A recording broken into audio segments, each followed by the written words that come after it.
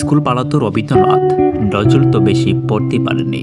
লালন বুঝলই না স্কুল কি জিনিস, অথচ আজ মানুষ তাদেরকে নিয়ে গবেষণা করে পিএইচডি ডিগ্রি অর্জন করছে।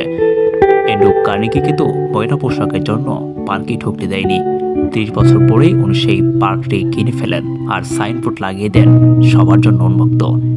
স্টিভ জবস শুধুমাত্র একদিন ভালো খাবারের আশায় 7 মাইল দূরে পায়ে হেঁটে মন্দিরে যেতেন। ভারতের সংবিধান প্রণেতা আম্বেদকর নিম্নবর্ণের হিন্দু ছিলেন বলে স্কুলের বারান্দায় বসে বসে ক্লাস করতেন। তাকে ক্লাসের বেঞ্চে বসতে দেওয়া হতো না, কোনো গাড়ি তাকে নিত না, মাইলের পর মাইল হেঁটে পরীক্ষা দিয়েছেন।